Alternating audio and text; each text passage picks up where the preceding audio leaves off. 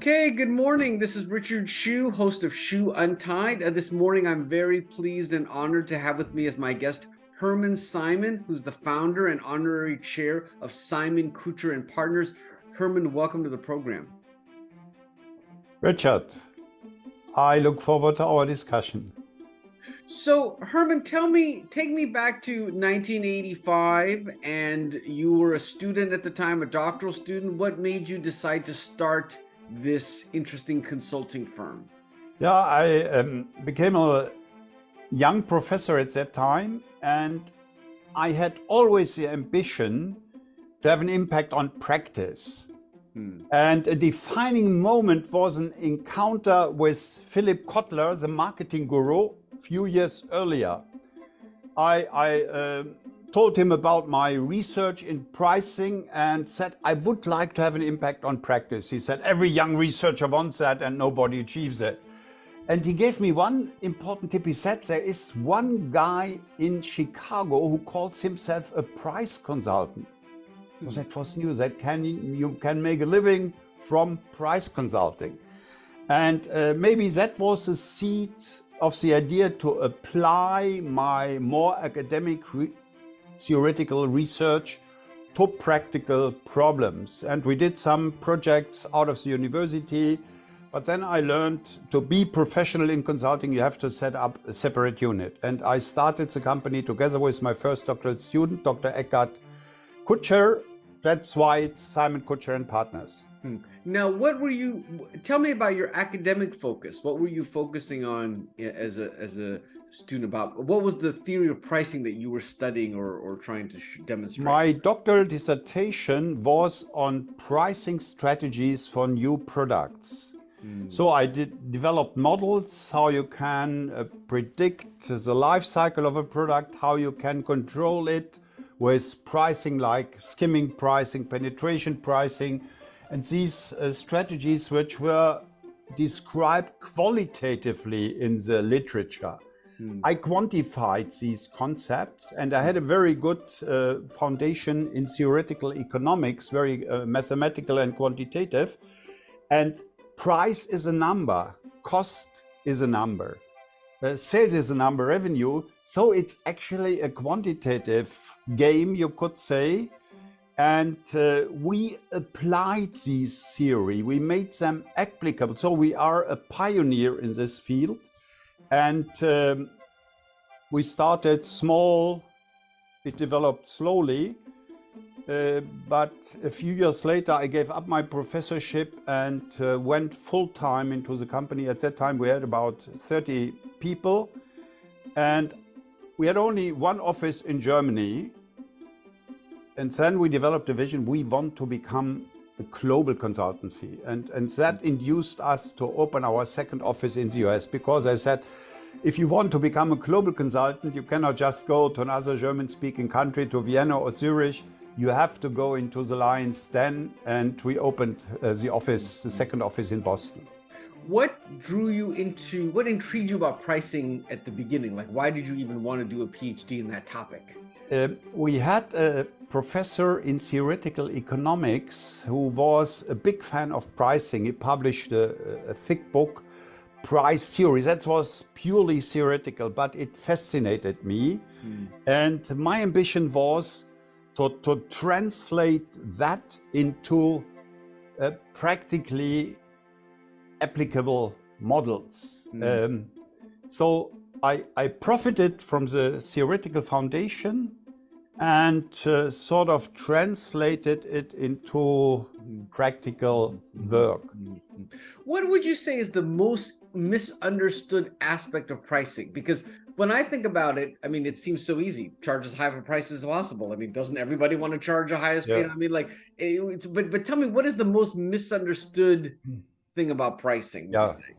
I have been asked this question in varied forms thousands of times, and I also always have one answer. Pricing is actually not about price in the first place. It's about value, or more precisely, value to customer, or even more precisely, perceived value to customer. And that is actually a very old insight The Romans in the Latin language have the same word for price and value, namely pretium, like in precious. And you could say this is the fundamental equation of pricing, that value and price have to be balanced. Because if your customer perceives a higher value, he or she is willing to pay more. If your value is lower, you can only charge less, otherwise people will not buy it. And so the better description of what we do would be value consultants, because we analyze the value. For instance, we have done many projects for Porsche, the sports cars. We bring the cars 18 months before market launch to under top secrecy to locations like San Francisco, Dubai, Shanghai, Singapore, show the prototype together with 5-6 competitive models, and then we do computer interviews with these potential customers, and we analyze their preferences, their willingness to pay, whether we could change the car, improve something to increase willingness to pay.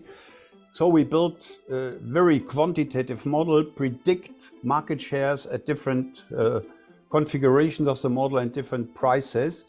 So you could say it's a kind of high tech of pricing. Interesting. I think Warren Buffett has a very nice quote. I think it's his quote, but it's something like, price is what you pay, value is what you get. Something like that. Yeah. And he has another quote, which is very important, which I cite frequently.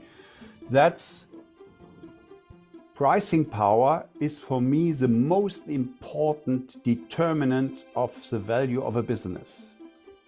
If a company has pricing power, the ability to increase its prices, for instance, under the current inflationary conditions, that creates value for the company. So you could say if you offer high value at reasonable cost to the customer, this creates value for the company or for the shareholders.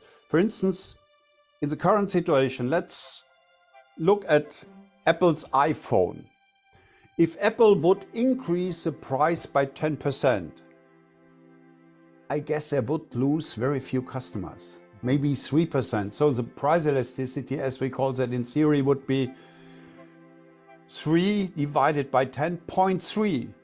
If Samsung or Huawei do the same, increase the price by 10%, I would guess they lose 20 or 30% of their customers. Their price elasticity would be 30 divided by 10 times higher than that of Apple.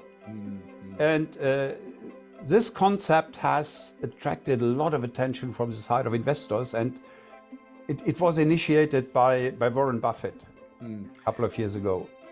Now, on one hand, let me go back to a comment you made earlier where you said, on one hand, cost, price, profit, it's a very quantitative thing, but yet trying to describe value is very qualitative. Is it not? Like, how are you balancing? Isn't this really a qualitative analysis versus quantitative? Or maybe explain that to me a little bit more. No, we try to the largest degree possible to quantify value. And if you want to use value as a base for your pricing, you have to quantify it. It doesn't help you if you say we are better than our competitor. Are you 5 or 10 or 20% better? That is the decisive criterion. Because if you are 20% better, by the way, I then don't give the advice to charge 20% more, but to charge about 10% more. So to share the added value with your customers. The customer must also have, you must know how much am I better in quantitative terms. Otherwise, you are somewhere flying in the fog. You think, oh, we are better, clearly better, far better. Yeah, what does it mean? 5, 10, 20%? You need a number, because the price has to be expressed as a number. Now, when you talk about value to a customer, how much they're willing to pay, I guess, for it, what are the main value drivers that make things more valuable for people? Why are people willing to pay more? That depends on the product, and it depends on the time. It's changing over time. Think of a car and energy consumption. That did not play a role 20 years ago when energy was very cheap. Now it's a top criterion. For instance, in an electric car, translated in the range you can drive with this car. For a luxury product, it's the brand. Their quality is a must, but the success, the value is determined by the brand. Perhaps for Apple, it's the combination. Brand is very important, but ease of use, integration with systems like Siri or iTunes. So this question, what is the main value driver or are the main value drivers, can only be asked individually. It's very different for a Ferrari than for a cheap mess car.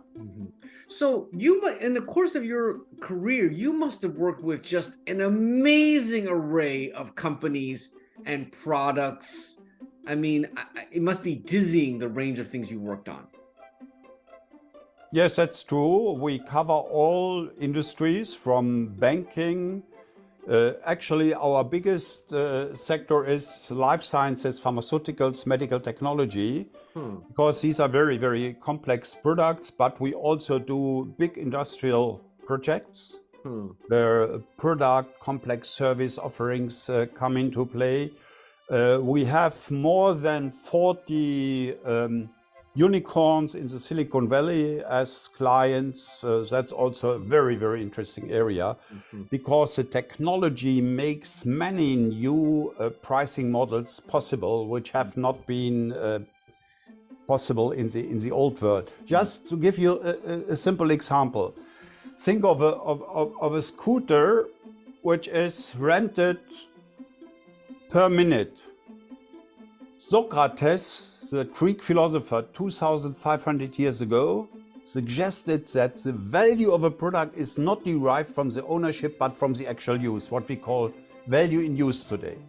So why was the model of sharing a car, a scooter, or whatever it is, not introduced 2,000 years ago? Because it was not technically possible.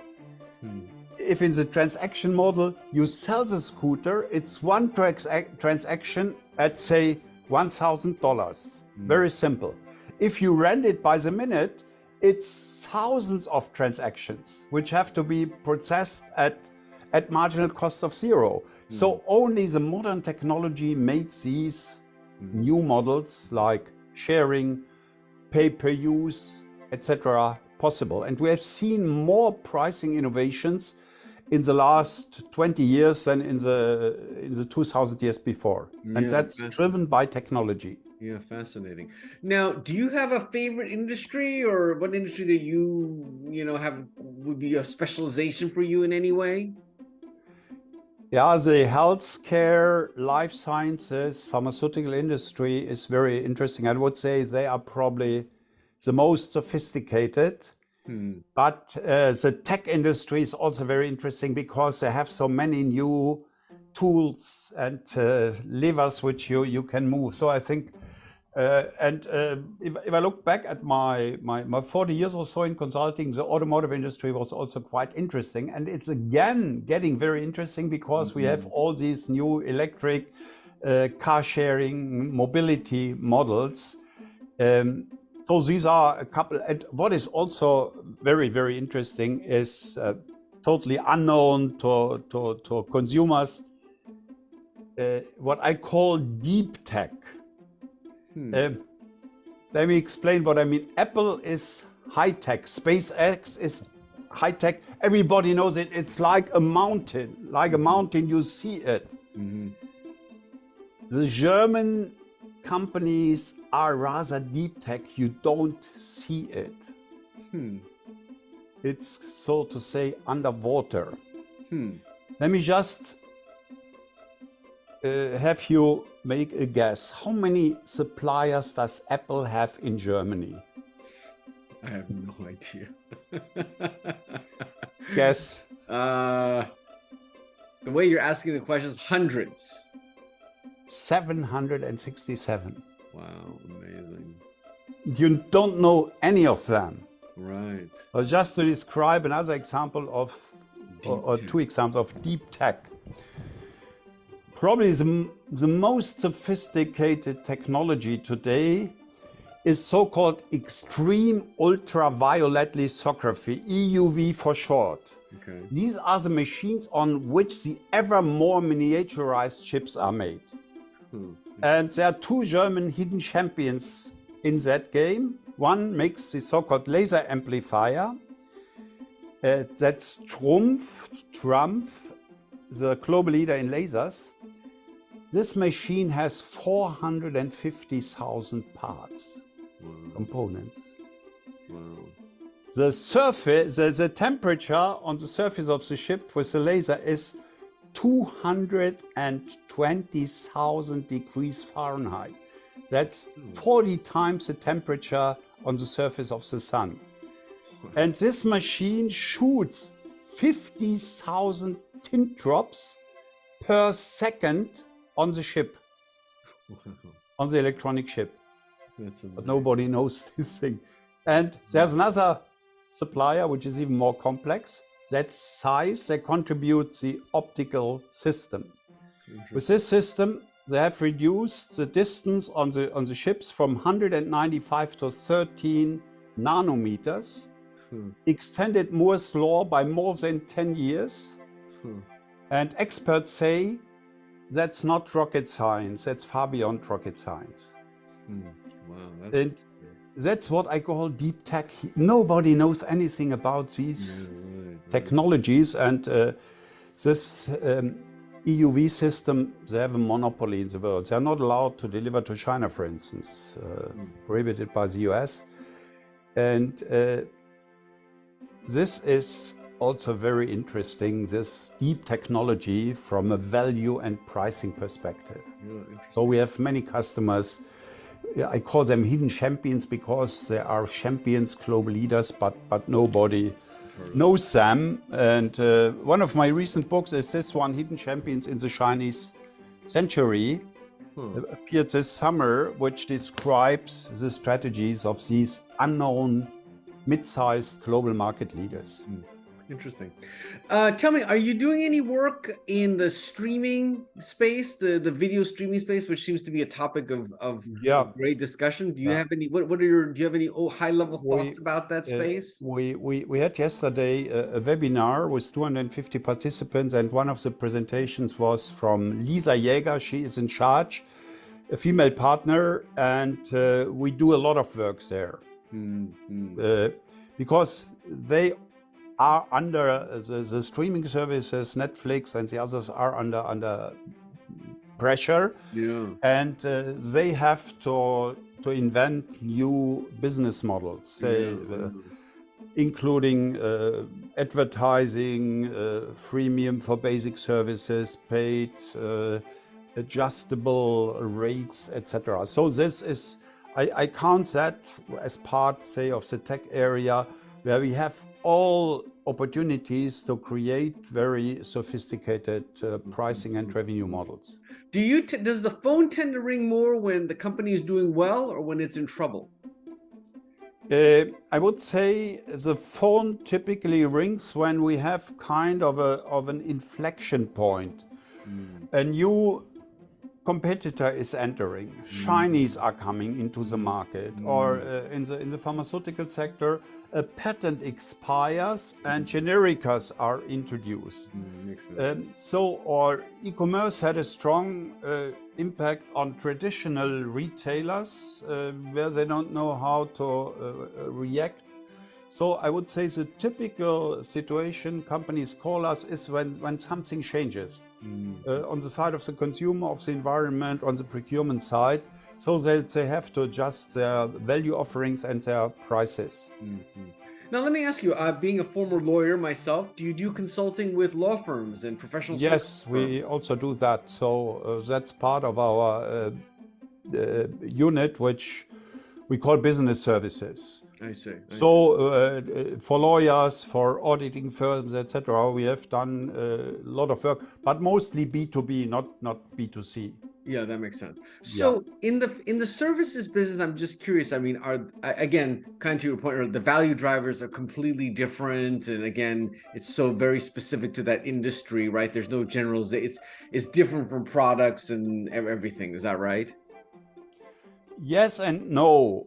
I mean, the fundamental role of perceived value and willingness to pay are the same. But of course, for instance, relationships usually play a key role. That's not that much true for products. A product you deliver when you buy a service, be it law service, consulting, or whatever kind of sophisticated technical service, you don't see the product in the beginning. You only see the result afterwards. So you have to trust in the person, the firm which delivers this service. You buy hope based on trust, and that is very strongly influenced by personal relationships. That you trust the people, you know the people, you have done projects with them. References play a very big role. Yeah. So there are differences between services, and but within services there are also very big differences between simple services, say hotel or something, and sophisticated technical brain services. Yeah, no, that makes sense. Now, let me ask you, Herman, you've obviously built this incredible company. When you look at it, are you amazed or surprised at how big it's grown? I'm sure when you started it, you weren't thinking it would be this size. I mean, give me a little bit of your reflection of where it is today. I mean, we started with 3 people. We're happy about very small projects. Today, we need an order inflow of $1.5 million or more per day. Our revenue this year will be $525 million. So it's a totally different size. It's a totally different organization. And of course, in the first, not only first year of our first 5 years or 10 years, we would never have expected that. We had the ambition in 95 when I came on board full time to become a global consultancy, but that we would have 45 offices, more than 2,000 people. I describe that, I do a little advertising in my autobiography, Many Worlds, One Life, a remarkable journey from farmhouse to global stage. And I think from this book, especially young people can learn a lot.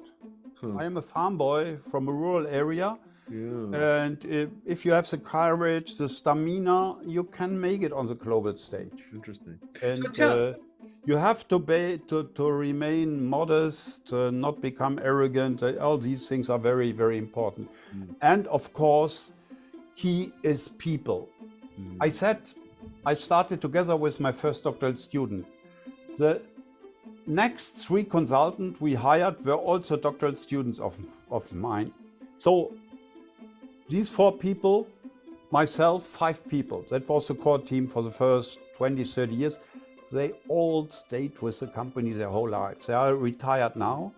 So this team worked for the company for 30 years.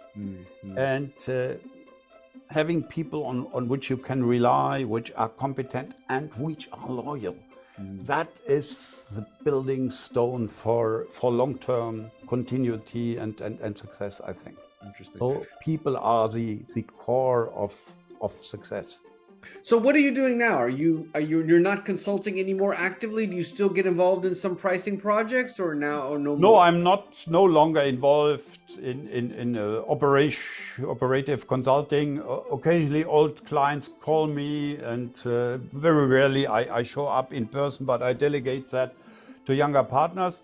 I've spent my time I have been traveling a lot. I was 75 times in China in the last 20 years and everywhere. But that stopped when Corona started in early 2020. So I haven't been traveling since then. I've written a whole bunch of books, and I give presentations, interviews like this one, which is great from technology that I can communicate with the world, with you in San Francisco. This morning I had somebody from China So I'm traveling the world virtually, digitally, Do you have any other? Do you have and any other? well occupied. Are there any specific projects you still want to accomplish or anything? Any other mountains you still want to climb? I just wrote a book on inflation. That is a big challenge, beating inflation. I think you see it there. Yes. And that just came out last week. Oh, okay. Very, very serious problem. I am observing this, and a new theme which is coming up. We had two discussions on that. Is, are we sliding into a recession? It's quite likely that's connected to the inflation because people have less money, save their money, so demand will decline for products which you do not need from day to day, like food or pharmaceuticals. And so the world is dynamic. There are always new problems which you can tackle. So I'm not afraid that I will be leading a boring life. Well, but it Hermann, depends on your creativity, that you see a problem, think about it, discuss, write, give speeches. Yeah. Well, Hermann, it's been wonderful chatting with you. Congratulations on an incredible firm that you built. And it's just been wonderful, wonderful chatting with you. Richard, thank you. I hope our paths will cross sometime in the future. I have been so many times in California, but not in the last 3 years. So I promise to come to San Francisco and California. I actually spent a year in Stanford back in the 80s as a visiting professor. So I know the area quite well. Thank you very much. My pleasure. Look forward to meeting you. Richard Hsu and Hermann Simon. Thank you.